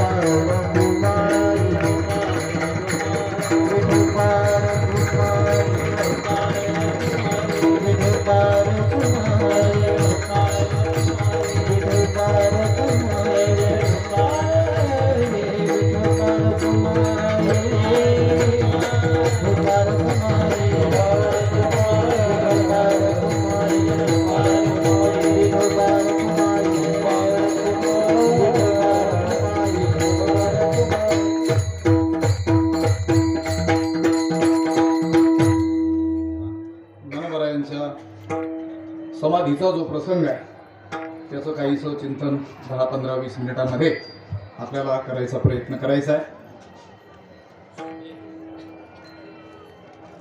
या सर्व प्रसंगाचा आरंभ जो झालेला आहे संतश्रेष्ठ नामदेव महाराजांनी समाधीचं प्रकरण लिहिलेलं आहे. विस्तृत रीतीनं 70-72 अभंग अधिकही अभंग त्यामध्ये असतील. मोठमोठे अभंग, चौकड्या चरणाचे 10-10, 8-8 चरणाचे काही अभंग त्यामध्ये आहेत. एकंदर सार रूपाने आपल्याला जर पाहायचं असेल तर ज्ञानोबा राय आदी सर्व संत मंडळी ज्यावेळेस कार्तिक शुद्ध एकादशीला पंढरपूर यात्रेच्या निमित्तानं पांडुरंगाच्या भेटीसाठी गेलेली असताना त्या ठिकाणी ज्ञानोबारायांनी समाधी घेण्याचा मानस पांडुरंगाला बोलून दाखवला. पांडुरंगाला ज्ञानोबारायांनी सांगितलं की हे देवा, तुझ्या चरणाजवळच मला समाधीला बसावं वाटतं. विठोजी म्हणे ज्ञानदेव, इथून सुरुवात आहे. तुझ्या चरणाजवळ मला समाधी घ्यावीशी वाटते. न लगे मज भुक्ती, न लगे मज मुक्ती, तुझ्या चरणी आरती थोरात. तुझ्या चरणाविषयीची अत्यंत आवड माझ्या हृदयात असल्यामुळे बहु आवडसी जीवा पासोनी असं म्हटलेलं आहे. मला इथं काय करायचं आहे? समाधी घ्यायची आहे. विठोजी म्हणे ज्ञानदेवा, ज्ञानसागरा स्वानुभवा, तुझा अभिप्राय मला कळालेला आहे. तुला काय बोलायचं ते मला लक्षात आलं. परंतु तुझ्या समाधीचं स्थान हे काय आहे निश्चित आहे. इथं समाधी न घेता आळंदी या क्षेत्री समाधी घ्यावी. आणि तुमच्यासाठी हे ज्ञानदेवा आम्ही वद्यवारी कृष्ण पक्ष तू जर ती दिली असेल ती वारी काय केलेली आहे तुला आम्ही दिलेली आहे. धन्य धन्य ज्ञानेश्वर महाराजांना धन्यता दिलेली आहे. हे सगळं ज्ञानोबारायांचं आणि पांडुरंगाचं बोलणं जे चाललेलं आहे ते ऐकलं कुणी? नामदेवरायांनी ऐकलं. दोघातील संवाद नामदेवरायांनी ऐकल्यामुळं नामदेवरायांच्या मनामध्ये खात्री झाली की ज्ञानोबारायांचा जो संघ आहे, सहवास आहे, फार दिवस काय आपल्याला आता लाभणार नाही आहे. भगवंताने अनुमोदन दिलेलं आहे, स्थळही निश्चित केलेलं आहे. एक वारी तुम्हासाठी आम्ही दिलेली आहे, त्यावेळेस आम्ही तुम्हाला भेटायला निश्चित येणार आहोत हेही सांगितलेलं आहे. हे सगळं ऐकल्यामुळं नामदेवरायांना काय झालेलं आहे? थोर दुःख झालेलं आहे. नामदेवरायांनी तो सर्व प्रसंग ऐकला, त्यांना दुःख झालं. तिथून पुढे मात्र नामदेवरायांनी ज्ञानोबारायांचा सहवास काही सोडलाच, क्षणासाठी देखील ते काय झालेले नाही, दूर झालेले नाही. हा सर्व संवाद झाल्यानंतर संत मंडळी म्हणजे नामदेव ज्ञानोबाराय परतलेले आहेत. ज्यावेळेस आता कार्तिक वारी, विवद्य वारी, कृष्ण पक्ष, त्या वारीसाठी भगवंत सर्व संत मंडळींना, ऋषी मुनींना, देवी देवतांना घेऊन आळंदीच्या दिशेने प्रस्थान करते झाले. आळंदीला जायला निघालेल्या सर्व संतांना परिसा भागवत नामा पुंडलिक पताका सहित उठाव. सर्व संत, देवी देवता, गंधर्व इत्यादी सगळ्यांना घेऊन आळंदीच्या दिशेनं त्यांनी प्रस्थान केलेलं आहे. सप्तमीला ते इथं आले. सप्तमी पासून या समाधी उत्सवाचा आरंभ झालेला आहे. सप्तमी, अष्टमी, नवमी, दशमी, एकादशी, द्वादशी आणि समाधीचा प्रसंग इतक्या दिवस भगवंतासह सर्व संत ऋषी मुनींचं वास्तव्य या आळंदी भूमीमध्ये झालेलं आहे. आळंदीमध्ये हे सर्व संत मंडळी, थोर थोर ऋषी मंडळी आलेले असताना त्यांच्या स्वागताला सोपान काका गेले. सोपान काकांनी त्या सर्वांना नमस्कार केलेला आहे. उतरिले पार पांडुरंग, आणि पांडुरंगाला अलीकडच्या बाजूला घेऊन आलेले आहे. मग सप्तमीचं काय महत्व आहे, अष्टमीचं काय आहे, नवमीचं काय आहे, हे सर्व वर्णन, मोठं वर्णन आहे. मी सांगितलं संक्षिप्त आपल्याला थोडंसं पाहायचं असतं. एक प्रसंग आपल्या डोळ्यासमोर यावा म्हणून थोडंसं बोलायचं. खरं तर त्या प्रसंगापर्यंत गेल्यानंतर बोलण्याची माणसाची अवस्था राहत नाही. कुणाचंही कीर्तन आहे, समाधी प्रसंगाचं कुणाचंही कीर्तन आहे, कोणी नवोदित असो, कोणी असो, कोणी खेडवळ असो, पण त्या वेळेपुरतं, त्या काळापुरतं मनुष्य कुठं जातो, त्या स्थितीमध्ये जातो. हे पहा, ज्या अर्थी आज आपण या क्षणाला या ठिकाणी उपस्थित आहोत ना, काहीतरी ऋणानुबंध असल्याशिवाय आहोत. लक्षात, अनेक लोक आले, काल परवा आले गेले. लक्षात, यात्रे अलंकापुरी येती तेथे आवडती विठ्ठला, पण तिथं लक्षातच घेत नाहीत लोक. तेथे आवडती पण समाधी प्रसंगापर्यंत राहती ते विठ्ठला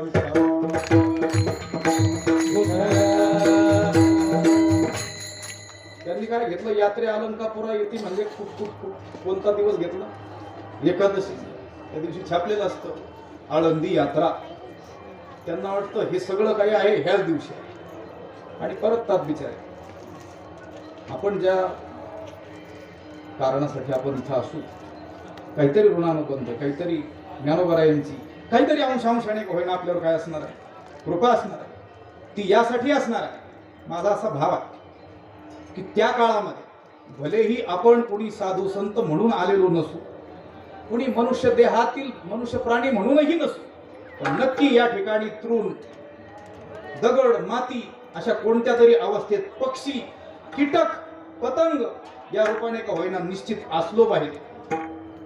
आणि ती पुण्याई म्हणून आज नरदेह आपल्याला प्राप्त होऊन आपण या समाधी प्रसंगाला या ठिकाणी काय आहोत, उपस्थित आहोत. ही मी केलेली कल्पना जरी असली तरी आपण आपल्याला पाठीमागचं किंवा आपली कर्म पाहण्याची देवानं काही सोय ठेवलेली नाही. तशी जर सोय असती काही आधुनिक यंत्राच्या द्वारे काही बॅलन्स तपासण्याची, तर आपल्याला पाहता आलं असतं आपण त्या काळात सुद्धा इथं होतो. विठ्ठला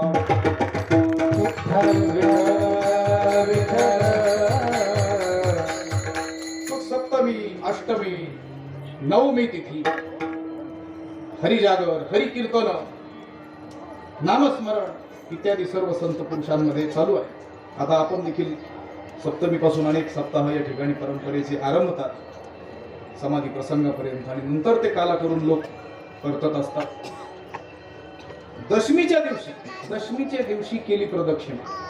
दशमीच्या दिवशी सर्व संत पुरुषांनी काय केली, या नगरीला प्रदक्षिणा केली. आणि का कीर्तना संत उभे, आणि त्या ठिकाणी जे हरिकीर्तन झालं सर्व संत जन टाळकरी म्हणून तिथं काय होते, उभे होते. आणि का कीर्तना संत उभे. त्यानंतरचा जो दिवस आहे हरिदिनी, एकादशीचा जो दिवस, त्या दिवशी ज्ञानोबा हे सर्व साधू संतांसह भगवंतासह इंद्रायणीमध्ये स्नानाला गेलेले आहे. त्या ठिकाणी ज्ञानोबरायांना सर्व साधू संतांनी स्नान घातलेलं आहे. ज्ञानोबरायांनी सर्व साधू संतांची पूजा केलेली आहे, देवाची पूजा केलेली आहे. देवाचं चरण तीर्थ त्या ठिकाणी ज्ञानोबरायांनी घेतलेलं आहे. सर्व संतांनी ज्ञानोबरायांना स्नान त्या ठिकाणी घातलेलं आहे. ज्ञानोबरायांनी देवाबरोबर सर्व ऋषी मुनींची काय केलेली आहे, पूजा केलेली आहे. समस्त ऋषी पूजिले, मग व्यास पूजा सारिली, तैसीच वाल्मिकाची केली, वशिष्ठा दिकी अंगीकारिली. समस्त ऋषी पूजिले, व्यासांची पूजा केलेली असेल, वाल्मिकींची पूजा केली असेल, वसिष्ठाधिक ऋषींची पूजा केली असेल, आणि त्यांनी ती काय केली, पूजा स्वीकारली. त्या पूजेनं ते प्रसन्न झाले. समस्त ऋषींची ज्ञानोबरायांनी काय केली, पूजा केली. त्या एकादशीच्या दिवशीच इंद्रायणीवरती स्नान करून ती पूजा आटोपून ज्यावेळेस ते सिद्धेश्वराच्या दर्शनाला आले, सिद्धेश्वराच्या दर्शनाला आल्यानंतर तो सिद्धेश्वराची स्तुती केली. स्तुती केल्यानंतर प्रत्यक्ष सिद्धेश्वर भगवान निळकंठ भगवान प्रकट झालेले आहे. आणि त्या निळकंठ भगवंताने ज्ञानोबरायांची स्तुती केलेली आहे. ज्ञानोबरायांचं वर्णन करतात कोण, प्रत्यक्ष सिद्धेश्वर महादेव, देवाचा देव महादेव ज्ञानोबरायांची स्तुती करतात. अनंत पुण्य कोट्यानुकोटी तव ज्ञान देव पडेल दृष्टी. ज्ञानेश्वर महाराज कोणाच्या दृष्टीला पडतील, अनंत जन्मांमध्ये कोट्यावधी पुण्य ज्याने केलेलं आहे त्याच्या दृष्टीला ज्ञानदेव पडतील. ज्या अर्थी ज्ञानोबरायांचं दर्शन आपल्याला होत आहे त्या अर्थी मागच्या अनंत जन्मामध्ये कोट्यावधी पुण्य आपण केलेली आहेत. विठ्ठला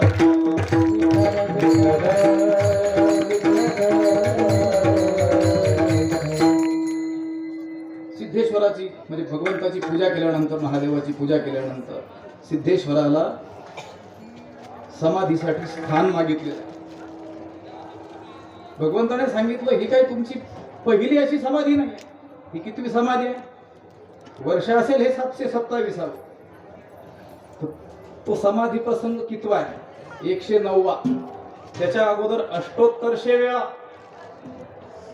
108 वेळेस मागच्या अनंत युगांमध्ये ज्ञानोबरायांची समाधी त्याच ठिकाणी झाली. म्हणून सिद्धेश्वर भगवंताने ते स्थळ दाखवलं. नामदेवरायांनी आपल्या 4ही पुत्रांना नारा विठा गोदा महादा पाठविला, झाडविली जागा समाधीची. त्या समाधीचं स्थान काय केलं, स्वच्छ केलं. त्यानंतर स्वतः भगवंताने ज्ञानोबारायांची काय केलेली आहे, स्तुती केलेली आहे. मोठा अभंग आहे. ज्ञानोबारायांनी देखील भगवंताची स्तुती केलेली आहे. भगवंताने ज्ञानोबारायांची स्तुती केलेली आहे. ज्ञानोबारायांची भगवंताची जी स्तुती केली ज्ञानोबारायांनी, नमो नमो असा आरंभ असलेले, अशी पद असलेले 108-9 चरणाचा अभंग. नमो कलित कौतूहल अशी सुरुवात त्या अभंगाची आहे. जसं श्री अनंता मधुसूदन असा नाटाचा अभंग आहे तुकोबारायांचा, अगदी त्याच पद्धतीने 108 चरणामध्ये पांडुरंगाची स्तुती केली आहे. पांडुरंगाने ज्ञानोबारायांचं काय केलेलं आहे, वर्णन केलेलं आहे. देव म्हणती रुक्मिणी, हा एकची योगी देखिला नये, हिची ज्ञान संजीवनी जाण त्रैलोक्यासी, धन्य धन्य धरातळी जो याते दृष्टीने हाळी, तो वाहात येईल टाळी वैकुंठ भुवनासी, जो करील याची यात्रा तो तारील सकळ ही गोत्रा, सकळ ही पुळे पवित्रा याचे निदर्शने होती. मोठा अभंग आहे. त्यावेळेस देवाला दुःख झालेलं आहे. देवाला ज्यावेळेस दुःख झालं त्यावेळेस रुक्मिणी माता देवाला म्हणते आहे, तुम्ही जर एवढं जाणत असाल तर मग या ज्ञानोबाला समाधीलाच का बसवता. लक्षात आलं. त्याच्या अगोदर तर नामदेवराय भांडलेले आहेत देवाशी.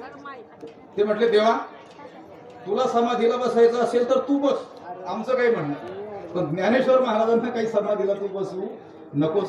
आता हा प्रसंग सांगताना थोडंसं माझ्याकडून मागे पुढेही होईल. लक्षात आलं. द्वादशीच्या दिवशी त्यांचं ते बोलणं झालेलं आहे नामदेवरायांचं आणि देवाचं. एकादशीच्या दिवशी भगवंताने रुक्मिणी मातेला ज्ञानोबारायांचं काय केलं आहे, महत्व सांगितलेलं. एकादशी हरिदिनी जागर केला. रात्रौचे जागरण करूया दिवाच्या हरिकिरणात कीर्तनात, दिवसा हरिकीर्तन रात्री हरिजागर असा एकादशीला समग्र कल्लोळ झालेला आहे. द्वादशीचा दिवस पारण्याचा दिवस, पिंपळाच्या पारा बैसल्या पंगती, सवे श्रीपती वाढू लागले. भगवंत तिथं काय करू लागलेला आहे, वाढतोय. पक्वान्न रुक्मिणी माता सत्यभामा यांनी बनवलेली पक्वान्न देव काय करतोय, सोहळ्यामध्ये त्या पिंपळाच्या पाराजवळ बसलेल्या साधू संतांच्या पंक्तींना वाढतोय. द्वादशीचा माध्यान्ह काळ झाल्यानंतर दुपारनंतर सर्व संतांना काय लागलेली, भुरभुर लागली की आता हा दिवस सरेल, त्रयोदशीचा दिवस उजाडेल आणि ज्ञानोबाराय जे आता सगुण रूपामध्ये आपल्या समोर आहेत ते काय होतील, अदृश्य होतील. आता आपल्याला दिसेनासे होतील. निवृत्तीनाथ महाराजांना संतांनी विचारले की तुम्ही निवृत्तीनाथ आहात, श्रीगुरु आहात, तुम्हाला देखील एवढं मोठं दुःख होण्याचं काय कारण आहे. लक्षात घ्या. तुमच्या दृष्टीनं तर सर्वत्र काय आहे, परब्रह्म स्वरूपच आहे. एकच एक परब्रह्म स्वरूप परब्रह्म आहे. तुम्हाला देखील दुःख होण्याचं कारण काय. निवृत्तीनाथ महाराजांना देखील दुःख काय झालेलं आहे, अनावर झालेलं आहे. आणि त्या दुःखाच्या आवेगामध्ये त्यांच्या मुखातून उद्गार निघालेले आहे की याने माझी कधी अवज्ञा केली नाही, शिष्य गुरु पण सिद्धी नेले, याने माझी एकदाही आज्ञा उल्लंघन केली नाही. गुरु शिष्य भाव जो आहे तो याने काय केला, सिद्धीला नेला. शिष्यत्व कसं असावं हे ज्ञानोबारायांकडे पाहून लोकांनी शिकलं पाहिजे. त्या आचार्य उपासनम पदावरती ज्ञानोबारायांचं जे व्याख्यान आहे त्याला गुरु उपनिषद आपल्याला म्हणावं लागेल. उपनिषद तुल्य किंवा प्रसंगी उपनिषदामध्येही गुरुभक्तीचा न झालेला निर्देश ज्ञानोबारायांनी त्या ठिकाणी केलेला आहे. विठ्ठला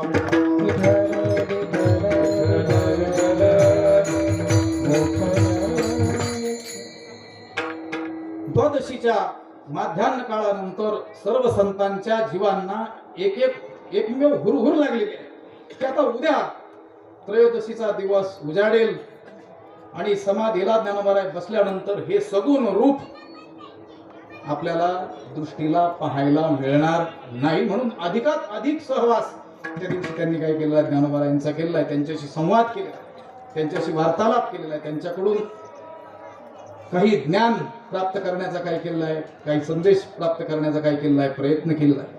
तो द्वादशीचा दिवसही हरिजागरणामध्ये समाप्त झालेला आहे. त्रयोदशीचा दिवस उजाडलेला आहे म्हणजे आजचा दिवस.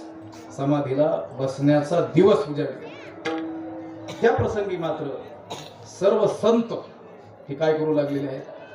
शोक करू लागले, दुःख करू लागलेले आहेत. मला तिथले शब्द आता सुचणार देखील नाही, तुम्हाला सांगतो.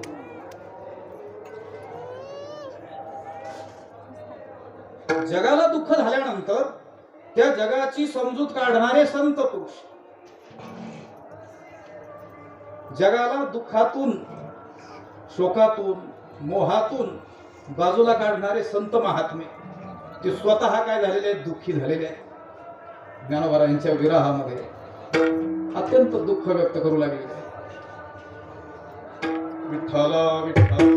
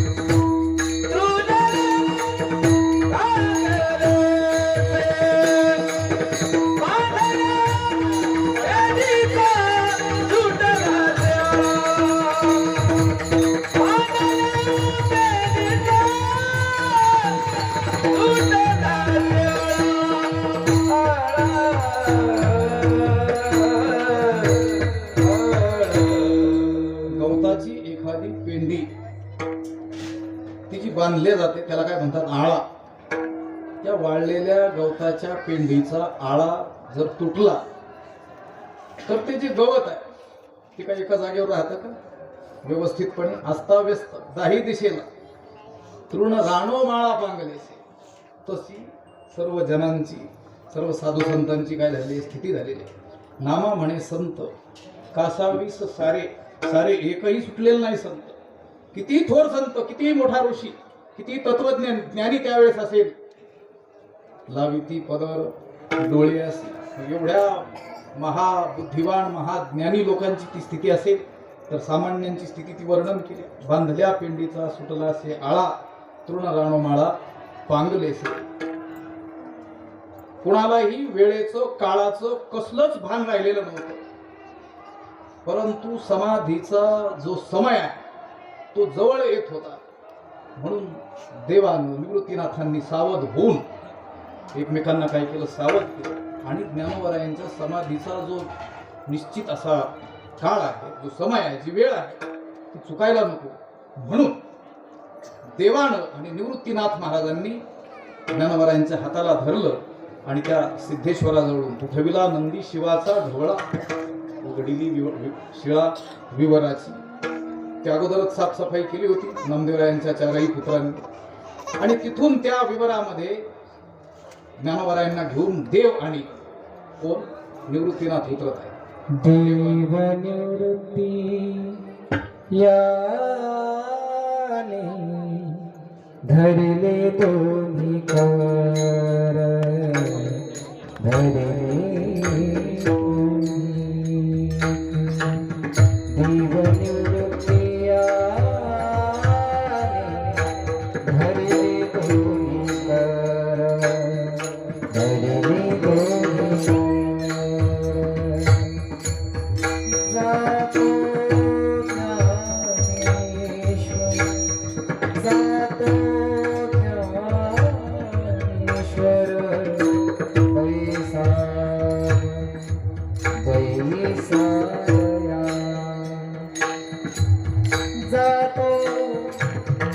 ज्ञानेश्वर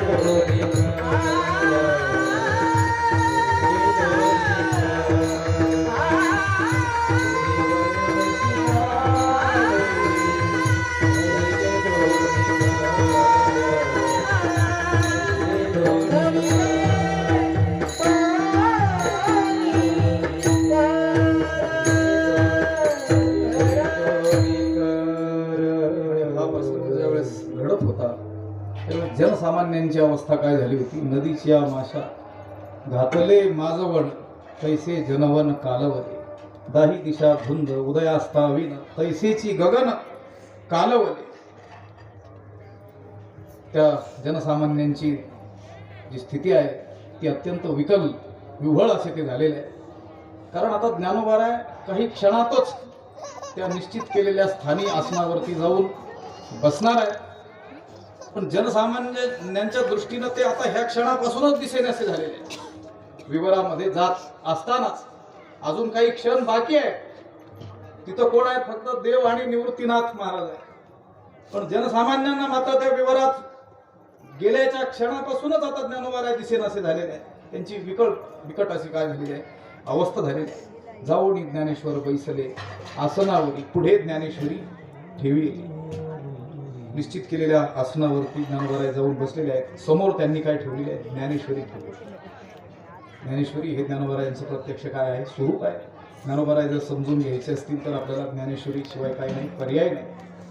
तुकोबाराय म्हणजेच गाथा आहे. गाथा म्हणजेच तुकोबाराय आणि ज्ञानेश्वरी म्हणजेच ज्ञानोबाराय.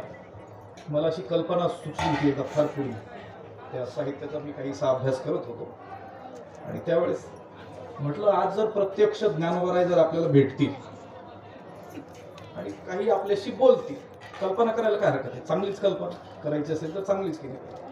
तर काय बोलतील बरं? जे काही ते बोलतील तो विषय ज्ञानेश्वरीत आलेला असेल की नसेल? ज्ञानेश्वरीत आलेल्या विषयासंबंधीच काहीतरी बोलतील. म्हणजे याचा अर्थ त्यांना जे काही सांगून ठेवायचं ते त्यांनी ज्ञानेश्वरीत सांगून ठेवलेलं आहे. आणि एखादा अशी कल्पना करेल की ज्ञानेश्वरीत न सांगितलेलं देखील ज्ञानोबाराय आपल्याशी बोलतील, तर मग ज्ञानेश्वरी अपूर्ण आहे असं म्हणावं लागेल. पण तसं कसं म्हणतात? ज्ञानोबारायांना जे काही सांगायचं होतं किंवा आत्ताही ह्या क्षणाला ज्ञानोबाराय आपल्या समोर प्रकट झाले आणि काही आपल्याशी बोलले तरी देखील काय सांगणार आहे? ज्ञानेश्वरीत त्यांनी सांगून ठेवलेलं आहे. फक्त आपल्यासाठी नेमकं काय सांगितलेलं आहे ते शोधावं लागेल आपल्याला. एका पारायणात नाही सापडलं तर दुसऱ्या, 108 नाही 216, काही हरकत नाही. हजारो पारायण करणारी मंडळी आहेत.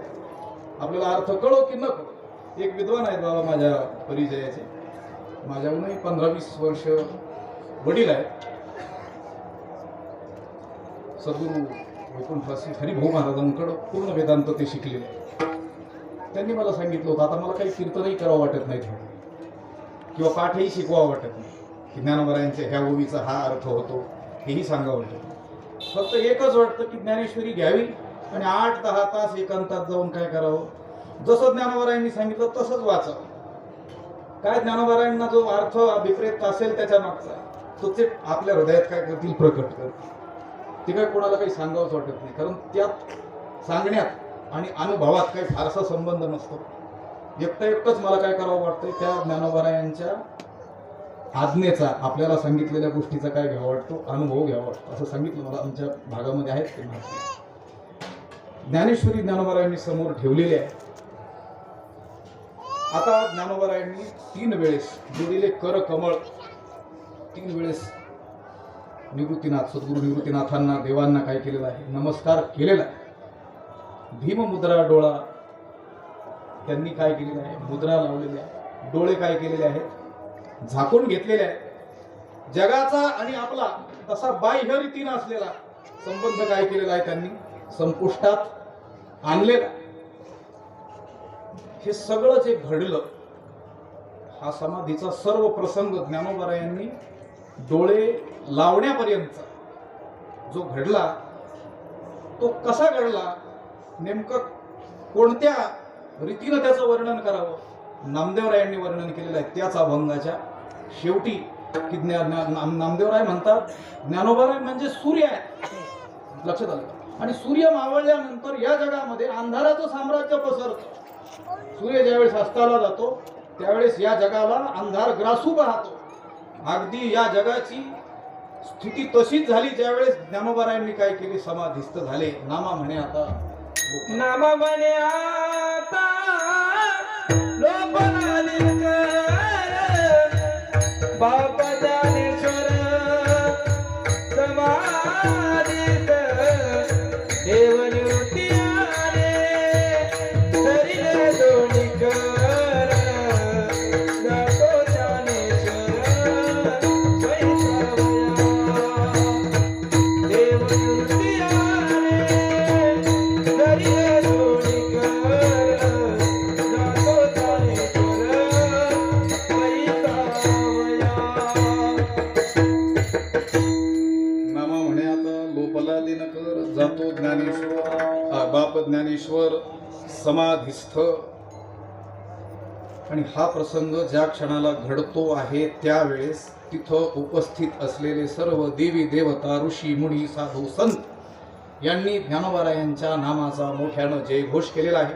आपण देखील ज्ञानोबारायांच्या नावाचा मोठ्यानं जयघोष करून त्यांना या पुष्पाच्या माध्यमातून काय करूया, भावांजली अर्पित करूया. पुंडलिक वरदा हरी विठ्ठल श्री ज्ञानदेव तुकाराम माऊली ज्ञानेश्वर महाराज की जय. ज्ञानेश्वर माऊली ज्ञानेश्वर, माऊली तुकाराम. हे ज्ञानेश्वर, माऊली ज्ञानेश्वर, माऊली तुकाराम.